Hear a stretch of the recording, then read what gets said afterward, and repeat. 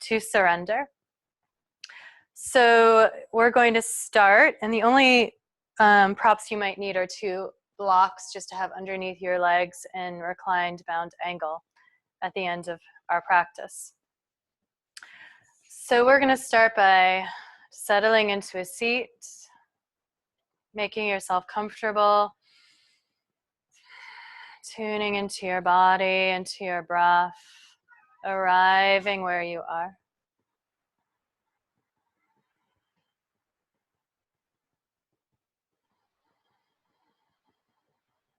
And we're going to start by taking in a few deep inhales through the nose and letting out big exhalations through the mouth. So inhaling through the nose.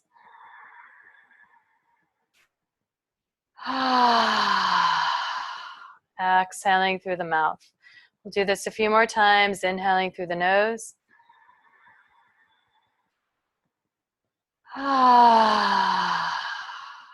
Exhaling through the mouth. So one more time, inhale through the nose.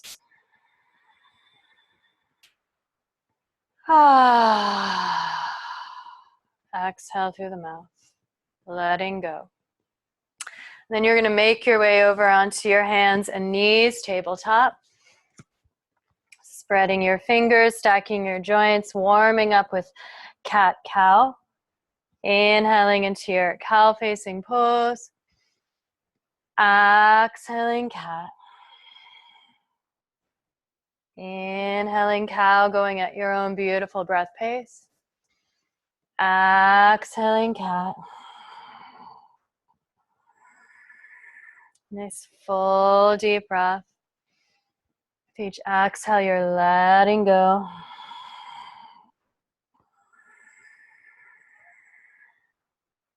We'll add on our child. So from your cat, exhaling back into balasana, into child's pose. Inhaling cow. Exhaling cat and child. Inhaling cow. Again, exhaling cat and child. Take a few full deep breaths here in child's pose, focusing on surrendering. Dropping heavy into the earth, dissolving into your breath.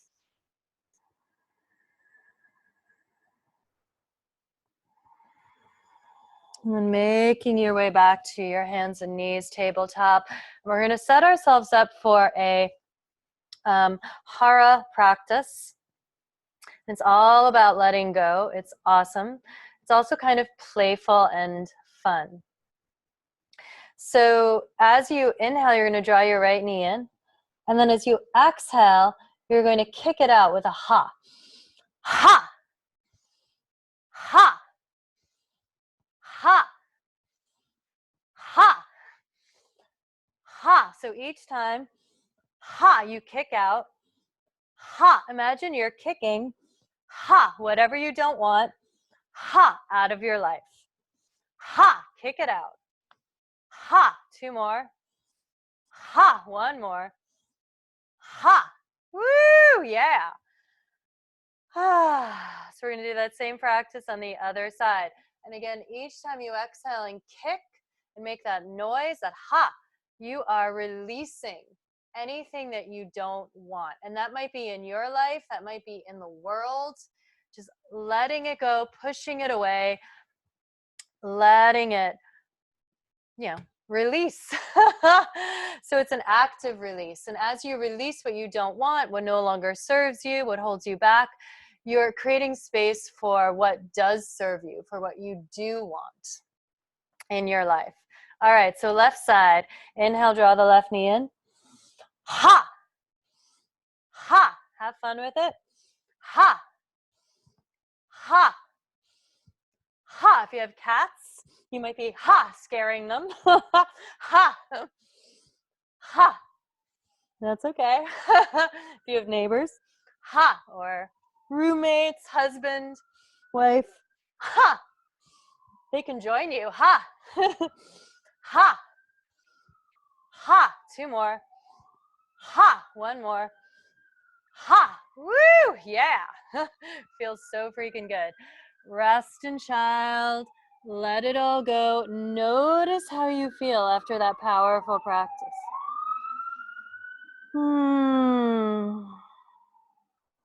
Love it. So for our next pose, we're going to make our way into downward dog, and we're going to practice a little bit of lion's roar in downward dog. So take your time finding dog.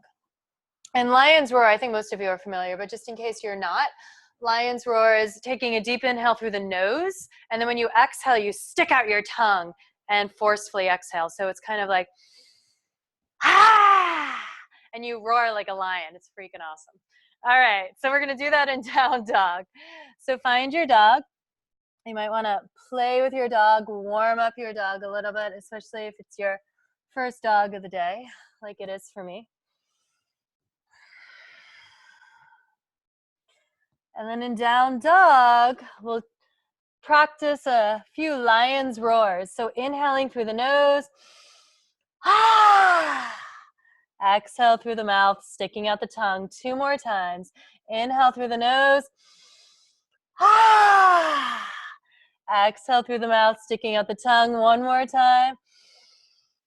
Ah! It's pretty awesome. And now walking to the front of your mat. So coming into a really gentle forward bend.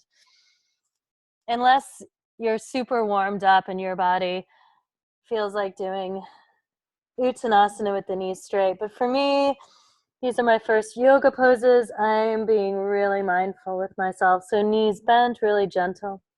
Hands on the upper arms, chin is tucked, head is heavy. Breath is steady, you might sway a little. Breathe.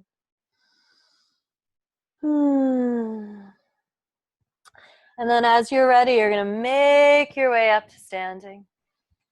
Your palms touch above you. Exhale your hands to your heart. And just take a few moments to notice how you feel. Breathe. So for our next movement, our next practice, we're going to do a hara, another hara breath and hara movement. I'm not at the moment remembering what the names of these are. Joy will know the names of these probably, but that's okay. It's not that important. We can figure that out later.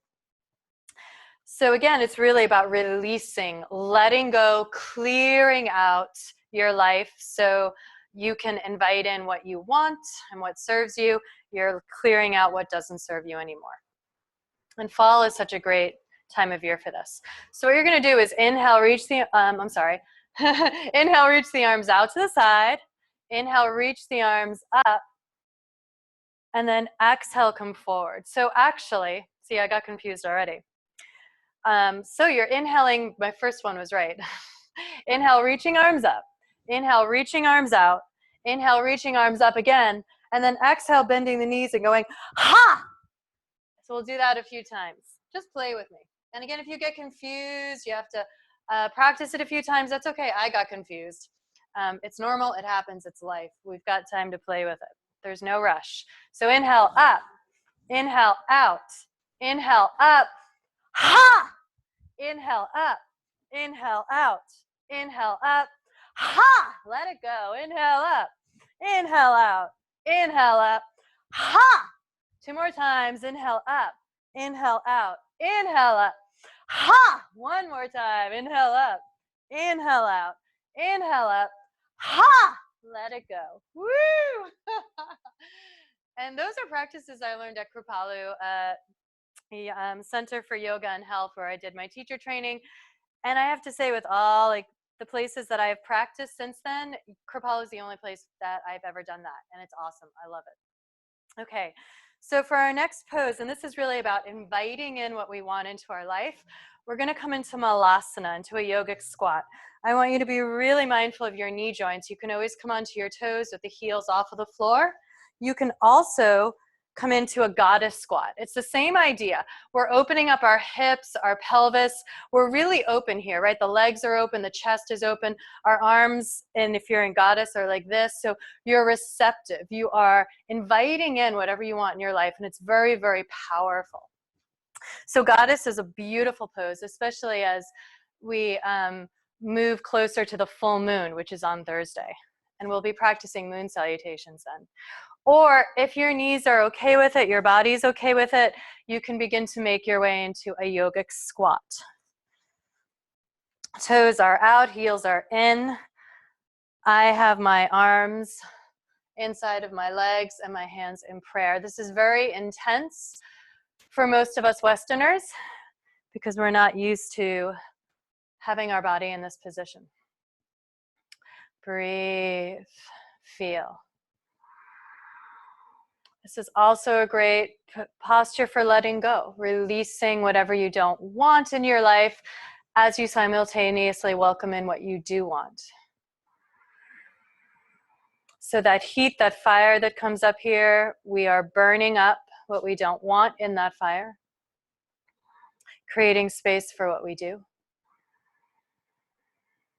Very open pose, so invitation to bring into our life what we want in our life, what we want to see manifest, what we want to manifest. So it's active practice of manifestation.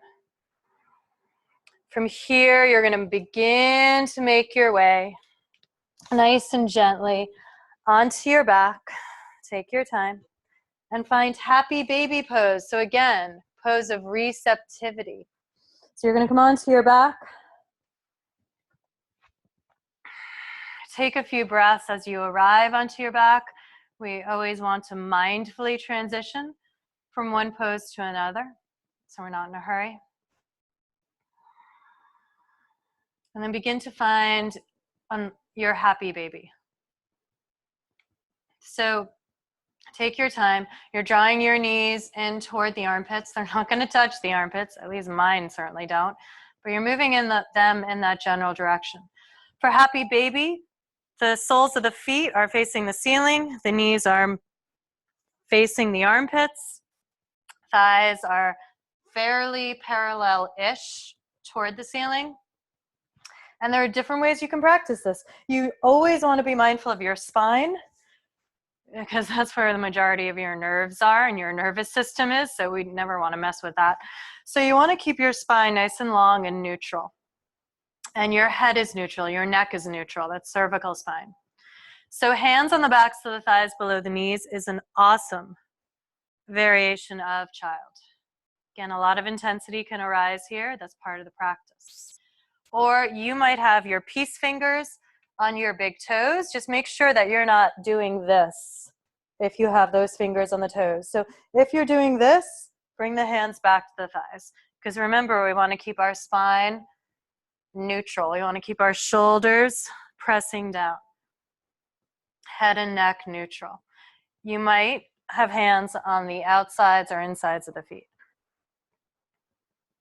And these are all options. What's most important is the energy that you are feeling in the pose. So if you're practicing a variation where you feel like energy is getting stuck, for instance, if the shoulders are creeping up to the ears, or the neck is arching, or the lower back is lifting, then that's a sign that you need to find a different variation where your body can relax into the pose. Doesn't mean the pose is easy by any means. It means that the pose is supporting you, not disrupting you or disturbing you. So you're finding that place where your face is relaxed, your breath is relaxed, your mind is relaxed. And again, feel how receptive you are in this pose, how exposed you are. So actively inviting what you want into your life. From here, you're going to begin to make your way into reclined bound angle. So soles of the feet, knees together. This might be where you take your blocks and slide them under your legs. I'm going to invite you to bring your arms into goalpost position, so really opening your heart. Again, pose of receptivity, where we are opening ourselves up to what we want in our life. You can close your eyes or let the eyes be softly open. Breathe here. Just notice how you feel. You might feel vulnerable, exposed. You might feel emotions rising up for you here. That is awesome. All of that is wonderful news. All of that is really rich material that we can learn from, grow from, go deeper into our practice and into our lives with that.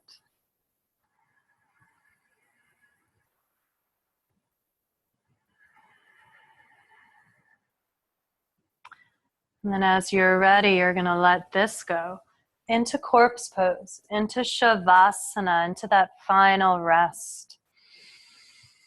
Deep breath in, exhale through the mouth. Close your eyes, find your sweet spot where you can surrender as deeply as possible. The body is as relaxed and supported as it can be. Letting go. Letting go. Letting go.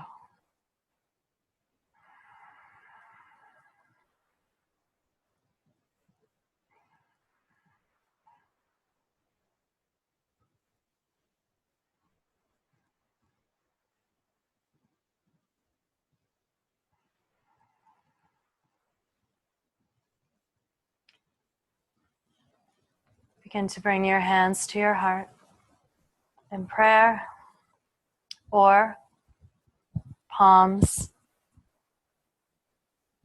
resting on your heart center, on your chest.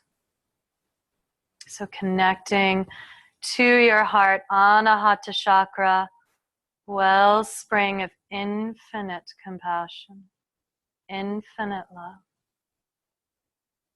And thanking yourself for practicing, for taking time to let go of what no longer serves you and invite in what does support you, what you want. Om Shanti. Peace. Namaste.